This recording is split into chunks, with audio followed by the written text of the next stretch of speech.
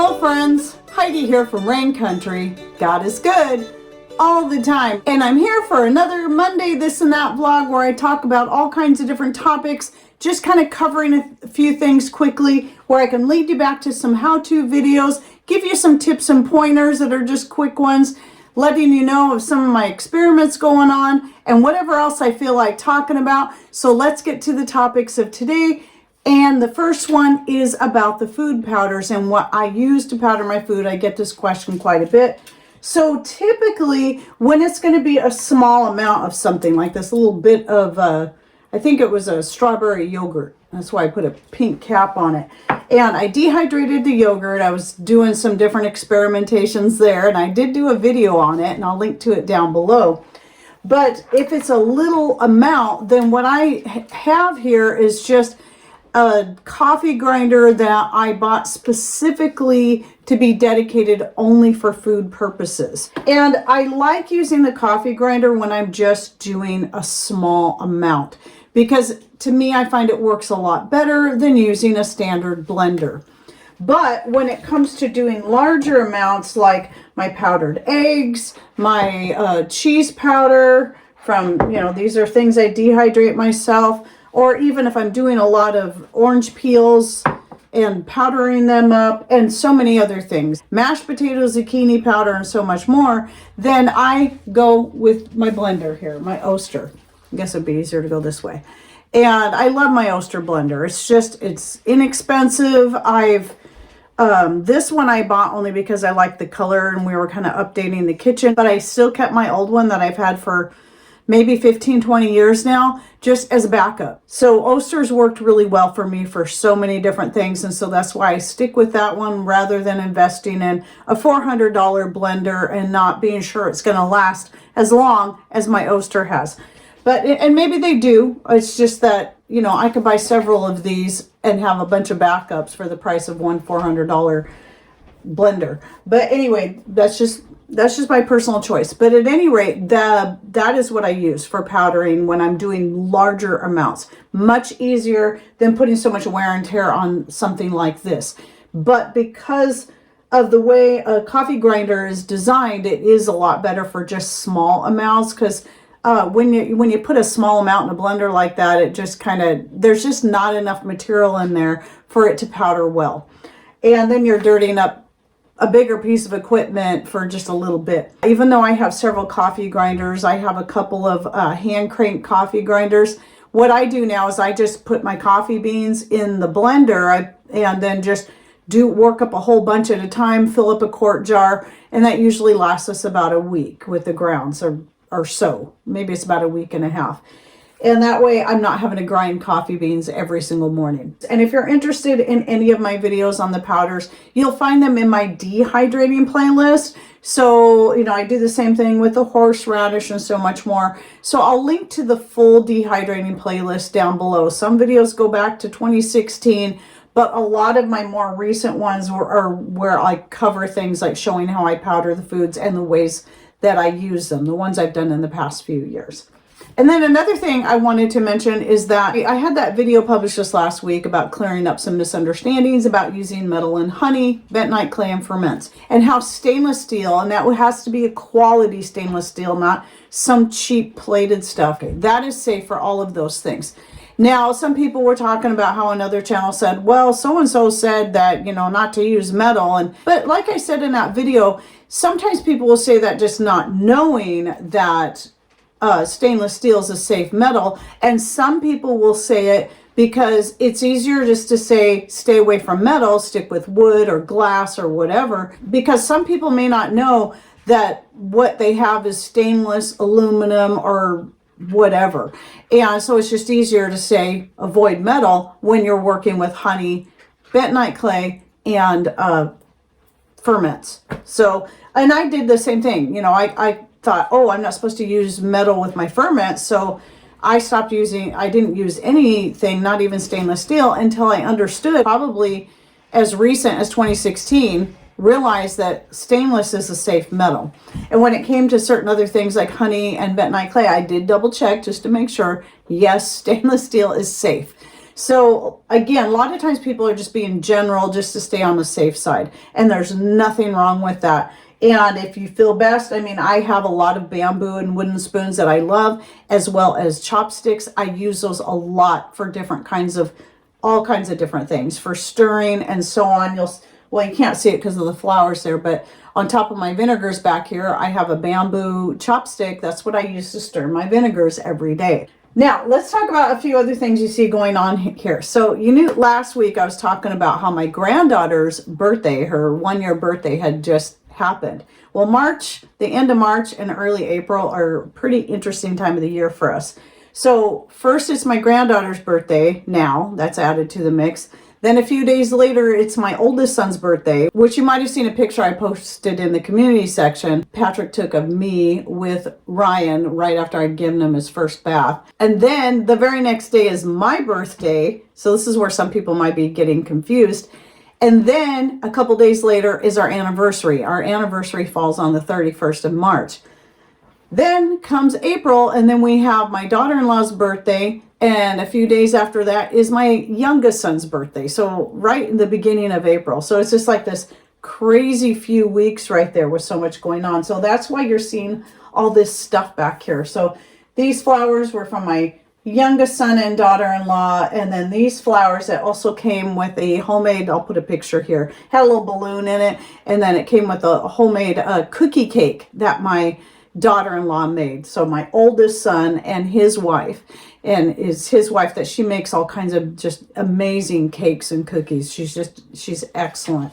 And she does have a side business where she does these things. She does them for weddings, birthday parties, whatever people want. So that cookie cake was delicious. And the letters for grandma were butterscotch. Yum. So good. But a couple other goodies I got from our friends I wanted to show you is this. And I mean, I was just really blessed by this. I don't know if some of you would recognize what this is, but my friend, she bought me this lovely pot. And this is the coffee plant. She started from the bean from her other coffee plant, which is about this tall now, which, you know, is what, I'm 5 foot tall. So this is about 4 foot tall, I think. And I was really touched by this because it takes a very long time for a coffee plant to grow. And I know it's taken this one a long time just to get to here. And she gifted this to me, and I was really touched by this. It meant a lot because I know how long this takes and that she wants more coffee plants. But here's the cool thing is knowing that you can, in our area, grow a coffee plant inside. It does, just like aloe vera does really good inside the house here. Coffee plants do well as well, and they're beautiful. It's a beautiful plant, and they get red berries on them, and then the coffee bean is inside the berry. So she did save several more of those, so she's going to start several more plants. And, you know, her goal is obviously to grow her own coffee, but if nothing else, it makes a beautiful house plant. And anyway, so that was a lovely gift. And the funny thing was I have some green coffee beans. I thought I would try seeing if I could grow them, and I'd already done that. So far, I'm not seeing any signs of life. They might, even though they're green and organic, they might still be a little too processed for them to germinate, but we'll see. I'll still try. But anyway, I'm pretty excited about having my own little coffee plant, and I don't expect anything out of it for a very long time because that first, the youngest, you know, when they're at their smallest, the very early stages is what actually takes the longest. Once they get to a certain size, they grow a lot faster, because just in a couple of years we've known them, I've seen her coffee plant go from maybe about this big, maybe 1.5 feet or so, to about 4 feet. And so that was, and it's probably about this big around. It's nice and bushy. And then the other thing I thought was really cool was her oldest daughter, who is an adult and also my friend. She made me this skirt. I'll try to put a picture or video clip here so you can see it in its full glory, but I also want to show it live on camera so you can get a better look at what the fabrics look like. Well, she followed my patchwork skirt making video. It's a series, actually. It's a whole series. So the first one's very simple, just shows you the basic, and it's just a 3-tier.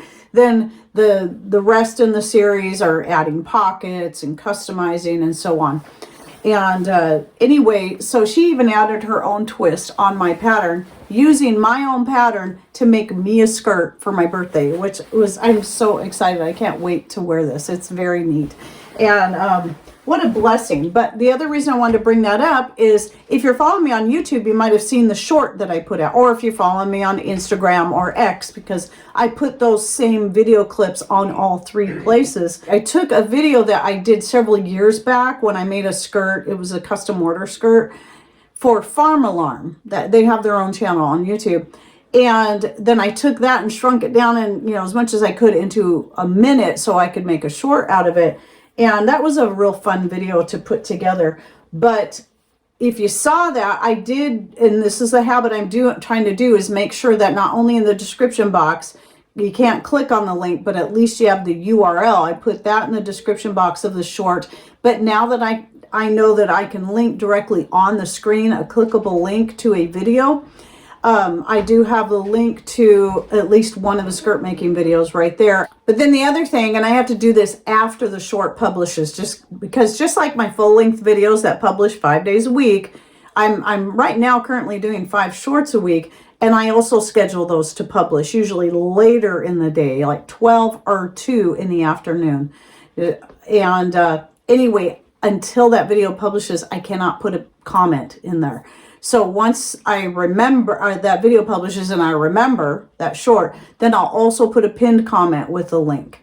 But just so you know, there's 3 ways that you can find the links to any videos I'm referring back to whenever I put those shorts. Instagram's kind of the same way. You can't put a clickable link in the description, but you can on X. That's one thing I like about X. You're limited to how many characters you can have in your post if you're not paying a monthly fee, but you can at least provide clickable links. So usually I'll put a link to YouTube and a link to Rumble. So anyway, that's how that works. And I just want to let you know, if you're interested in learning how to make your own patchwork skirt, it is my own pattern, my own design. And yes, I did used to sell them for quite a while. I was selling them like hotcakes, but it was one of the things I eventually finally had to just cut because of time watching 3 grandbabies as much as 5 days a week, sometimes even 6. Sometimes. It's rare that happens, but it has happened. So it gets pretty busy. And then keeping up on my channel and blah, blah, blah, blah, blah, all the things I've covered in other videos.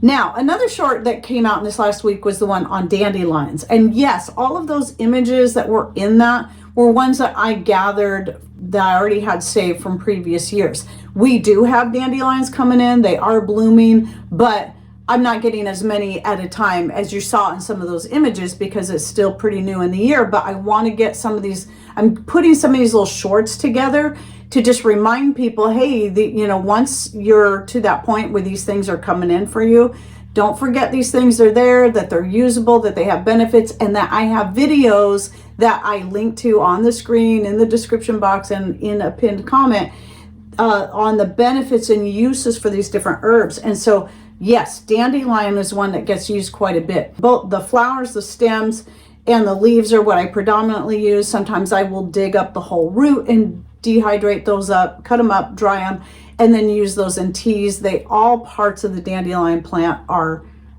really good for you. And I had a question come in where somebody asked me if the sap, the white sap inside the dandelion stem was safe. Yes, it's absolutely safe, unless of course you're allergic to it. But one of my favorite things to do when the dandelions, the early part of the year as the dandelions are growing, is to pick the flower stems and to eat them fresh. And I love them. There's something, I don't know what it is about those. I just assume that my body really needs all the things that are in there. But I love to eat those. I use the dandelions for, in fact, this year, one of the things I'm going to do is make vinegar again. I haven't made dandelion vinegar in a long time, so that's one of the things I'm going to do. It makes an excellent vinegar. But yeah, I use it for skincare, even for wound healing. And then the leaves I like to use in my mixed greens. Dandelions are one of the biggest things I put in there. I have a lot of different things that go in there, but the top 3 are the dandelion greens, the nettle, and then grape leaves because I get a lot of grape leaves. But I'll also put other leaves in there, such as strawberry leaves, maybe some kale if I'm growing kale that year, whatever I've got coming in. Oh yeah, and carrot tops. And then that goes in just about anything. I'll put it into my homemade meatballs, my homemade meatloaf, my homemade hamburger patties, and in my different soups and casseroles and sauces, so we can get all the great minerals that are in those greens, because a lot of your greens are just high in excellent minerals, especially if you're throwing wood ash on your garden. That's going to add a lot more minerals to your vegetation, and then we can get those minerals back into our diet in various different ways. So anyway, I have a video on the mixed greens as well. I'll link to in the description box down below. Now, a couple of more housekeeping type stuff. I just want to remind everybody, even though I've been getting a lot of great healing testimonies, I haven't been getting as many people sending me the preparedness testimonies. In fact, I just shot a video where I read through the last 2 that were in my folder. So please keep sending me those preparedness testimonies. If you're wondering what that's about, the main 2 things I'm looking at, one or the other, is how you got to where you're at on a budget. How were you able to make it work? Because people need to hear the real life stories, because a lot of people think, oh, I just don't have the money. Unfortunately, you look at people who already been into this for 10, 15, 25 years, and people make the mistake of thinking that, oh, they just could afford to buy all this stuff and get there. No, most of us were not wealthy enough to just invest in everything all at once. It was a slow process over time, and most of us did it on a budget.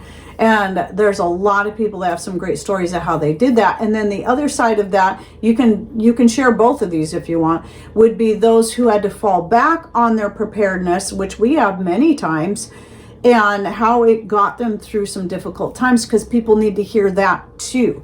Because the mistake a lot of people make is assuming that preparedness is all about some kind of massive end of the world scenario. But no, it's far more than that. In fact, people all throughout the years always had some kind of preparations of food and whatever put up to get them through hard times. And if you look back in the Bible, people would, when they'd take in their excesses of that 6th year of their harvest, because they would give their land a sabbatical rest in the 7th year, they would put up all that extra in some form to get them through that whole next couple of years, actually. And so it's not a new concept, putting stuff up for hard times or to get you through certain life events, whatever they are.